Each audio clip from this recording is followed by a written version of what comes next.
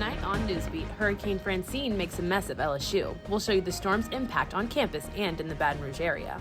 LSU football trudges through adversity before traveling to South Carolina.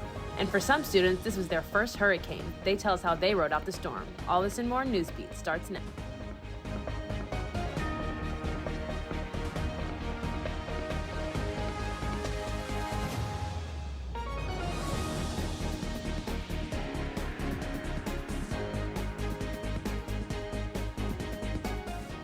Welcome to our special storm coverage edition of NEWSBEAT. I'm Morgan Charles. And I'm David Barthelemy. Thanks for tuning in.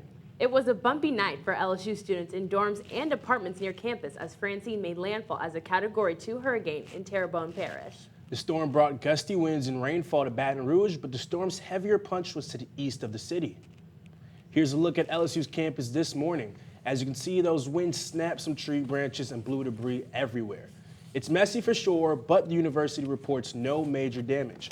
In fact, though originally told to shelter in place until 1 p.m. today, officials lifted that order by 10 a.m. Campus may be almost back to normal, but for many LSU students, there is nothing normal about a hurricane. Reporter Lorena Patterson-Vallian has more on how our campus community stayed safe during Francine. Hurricane Francine officially touched down in Baton Rouge Wednesday evening. LSU sent notices to students and faculty that classes would be held virtually Wednesday and Thursday. They would later cancel Thursday classes. Many students evacuated to their homes while some stayed to push through the bad weather. LSU issued a shelter in place to those students until 1 p.m. Thursday. Power outages were reported all over Greater Baton Rouge, and some students are still experiencing power failure. LSU lifted the shelter-in-place order at 10 a.m. this morning. The storm came and went, leaving very minimal damage to campus, like fallen branches and debris that LSU facilities have been hard at work cleaning up. The storm was predicted to be a Category 2 storm, but turned out to move east, making Baton Rouge an area that was on the outskirts of the storm and was mildly affected. Many students were unimpressed with the hurricane, with some comparing it to a regular thunderstorm with no thunder or lightning, and others saying that it rained harder last week. It just didn't really faze me, hearing about the storm. My people was just calling me and just saying, stay put, but it wasn't really much. I'm not really scared. I would just be in my dorm, chilling. We was playing Just Dance and stuff, games, chilling. Though the LSU area was somewhat affected by the hurricane, other areas of Baton Rouge still need help. Reporting for Tiger TV, I'm Lorena Patterson-Vallian. We here at Tiger TV are glad everyone made it out safe. Remember to check LSU Tiger TV's socials and your LSU emails to stay up to date with any more campus closures and reopenings. Like LSU, Baton Rouge didn't receive the full brunt of the storm, though thousands of homes were left without power in its wake. Mayor Sharon Weston Broom offered a post-storm update during a news conference earlier today. No fatalities within the capital city were attributed to the storm. Power outages and road closures were the main obstacle. Prior to Francine's landfall, the mayor's office activated an emergency operations center and emergency preparedness where over 30 organizations came together to prepare for the storm. The mayor has since demobilized the emergency program.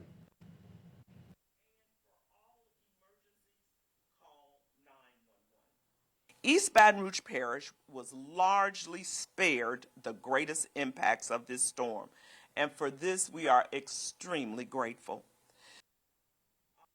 Though the storm's impact was not as severe as expected, many residents are still without power and there are hazards on the road. Broom has advised residents not to travel unless necessary. Now that the storm has passed, Mayor Weston Broom has another challenge in front of her.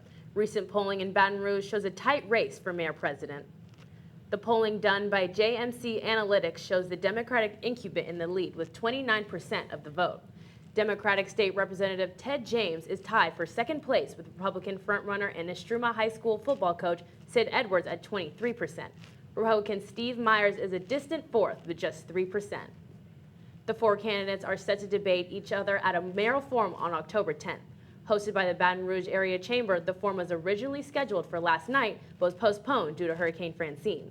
You can find out more at brac.org. The storm certainly canceled a lot of plans and made for a truly interesting night, right, David? It did indeed, and Tiger TV's own weather correspondent, Riley Choplin, joins us now to break down what happened. Riley? Yeah, absolutely. So behind me, I have Hurricane Francine as it landed around 5:30 p.m. last night as a Category 2 storm. Now, there were a couple of things that contributed to the storm's path as well as the intensity of the storm. So the first thing that I want to talk to you about is going to be the moisture, or really lack thereof. A little bit up in the atmosphere, we've got this dry air. That's going to be that gray color. This green color is going to be where Francine was and the remnants of its moisture. But you can see that the storm kind of took in that drier air, not only decreasing its intensity, but also shifting it eastwards, where Baton Rouge did not get the worst part of it. Now, the next thing that I want to show you is going to be this vorticity map. And vorticity is going to be that rotating column of air often found in hurricanes and tornadoes. We can see here as that vorticity, that's going to be the brighter colors, most of that really tracked through Hammond and areas east of us, causing those tornado watches, although right now there aren't any confirmed tornadoes that sparked during this event. Now that Francine is out of our way, I really want to show you what else is going on in the Atlantic. So we've got Francine here past Louisiana. We've got these yellow blobs. Those aren't likely to develop anytime soon, but I really want to show you potential tropical cyclone 7. If that were to turn into anything, it would be our 7th named storm, Gordon, although right now we don't have to worry about that and we have plenty of time. So now that everything has gone through, let's talk about the weather over the next 7 days. Friday, Saturday, Sunday, we've got clear skies, sunny skies, temperatures in the 90s, 89 tomorrow, and low temperatures in the 70s. Now, don't be surprised, it is going to be humid, but luckily those temperatures are going to help those of you who lost power over the last few hours. As we head off into the rest of the week, we see that those temperatures stay in the lower 90s and keep us nice as we head into next week. That's all for today. Back to you guys. Thank you, Riley. When we come back, Tiger TV's Patricia Caputo will be in the studio with more on the adversity surrounding LSU football as they head to South Carolina. Don't go anywhere. Are home problems turning your life upside down? Trust Southern Air Cooling, Heating, Plumbing, and Electrical to save the day. From electrical issues to keeping you comfortable, plumbing repairs, and even generators, we do it all. Southern Air Cooling, Heating, Plumbing, and Electrical, your one-stop solution for electrical, AC, plumbing, and generators. If you need us to save the day for you, call or visit us online at southernair.br.com. Raising Cane's invites you to grab life by the chicken fingers. So get out there. Be you. Do you. Embrace whatever makes you, you. All while enjoying Raising Cane's hand-battered cooked-to-order chicken fingers, crispy crinkle-cut fries, buttery Texas toast, and that secret recipe cane sauce that makes everything that much better. So go on. Savor the day. Raising Cane's chicken fingers. One love.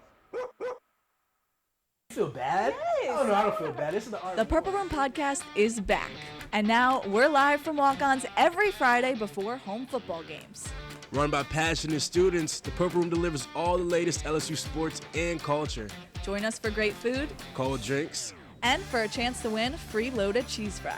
The Purple Room, the ultimate pregame podcast party. Live from walk-ons every Friday before home football games. Get Gordon.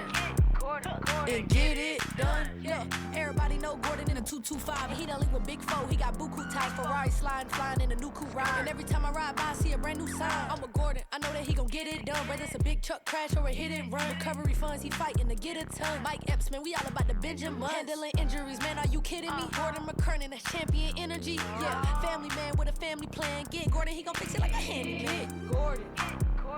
And get it done. Thursday Newsbeat, I'm Patricia Caputo with your Tiger Sports Update. LSU football is headed to Columbia Saturday to take on undefeated South Carolina. The defense will have to find a new way to stop the Gamecocks' run game with veteran Jacobian Guillory out for the year with a torn Achilles tendon. Without Guillory, the defensive line struggled to stop the run game, allowing Nichols' backfield to rush for 150 yards. Freshman Gabriel Relaford stepped up with Guillory's absence Saturday, but this week, another veteran defensive end is prepared to step in wherever he is needed. I'm confident about playing anywhere on the line. I know everything play-wise. I know everything technique-wise, so I feel confident. The Tigers' first SEC matchup of the year will kick off at 11 a.m. Saturday. That's all the time we have for this week's Tiger Sports Update. When we come back, more LSU students' reactions to Hurricane Francine. Stick with us. Are home problems turning your life upside down? Trust Southern Air Cooling, Heating, Plumbing, and Electrical to save the day. From electrical issues to keeping you comfortable, plumbing repairs, and even generators, we do it all. Southern Air Cooling, Heating, Plumbing, and Electrical, your one-stop solution for electrical, AC, plumbing, and generators. If you need us to save the day for you, call or visit us online at southernairbr.com. Raising Cane's invites you to grab life by the chicken fingers. So get out there. Be you. Do you. Embrace whatever makes you, you. All while enjoying Raising Cane's hand-battered cooked-to-order chicken fingers, crispy crinkle-cut fries, buttery Texas toast, and that secret recipe cane sauce that makes everything that much better. So go on, savor the day. Raising Cane's chicken fingers, one love. You feel bad? Yes. Oh no, I don't feel bad. This is the art. The Purple Room podcast is back. And now we're live from walk-ons every Friday before home football games. Run by passionate students, the Purple Room delivers all the latest LSU sports and culture. Join us for great food Cold drinks. and for a chance to win free loaded cheese fries. The Purple Room, the ultimate pregame podcast party. Live from walk-ons every Friday before home football games. Get Gordon. And get it done. Yeah, everybody know Gordon in a 225. And he done link with Big Foe. He got buku ties, Ferrari sliding, flying in a new coupe ride. And every time I ride by, I see a brand new sign. I'm a Gordon. I know that he gon' get it done. Whether it's a big truck crash or a hit and run. Recovery funds, he fighting to get a ton. Mike Epps, man, we all about the Benjamin. Handling injuries, man, are you kidding me? Gordon McKernan, that's champion energy. Yeah, family man with a family plan. Get Gordon, he gon' fix it like a handyman. Get Gordon. And get it done. Welcome back. Of course, the talk of campus for the last 24 hours has been Hurricane Francine, and many students were left without power. Reporter Aaron Delahunty caught up with a few and asked them how they spent the stormy night. My name's Aaron Delahunty, and today we're at University View Apartments interviewing students that lost power.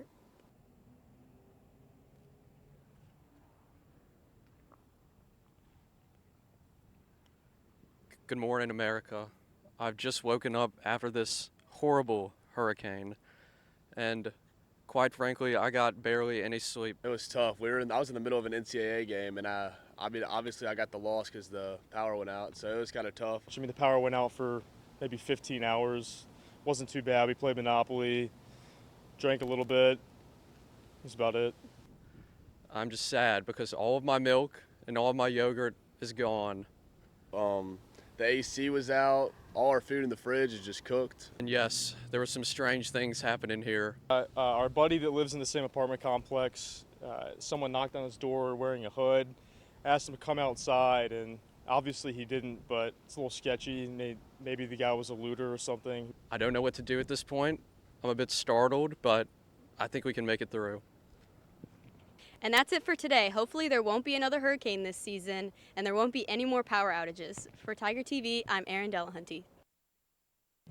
Now, Morgan, I'm going to be honest. I didn't really do anything for the hurricane, but I heard you had a hurricane party. You know, if we're counting me and my roommate as a party, then absolutely I did. But on a brighter note, LSU's very own Mike the Tiger was back out in his enclosure today. Mike was out rolling around and interacting with visitors throughout the day. Looks like he wasn't worried about Francine at all. And Morgan, hopefully Mike is trying to tell us that the worst is past and we have nothing but sunshine and rainbows waiting for us. That's all for this week's Thursday Newsbeat. Be sure to check out our website at tigertv.tv and follow us on social media at LSU Tiger TV to be in the know of all things LSU. And don't forget to watch Tiger TV's own podcast, The Purple Room, which covers all things LSU sports, entertainment, and culture every Friday on YouTube and Spotify. That's all the time we have for tonight. I'm Morgan Charles. And I'm David Barthélemy. Have a great night, Tigers.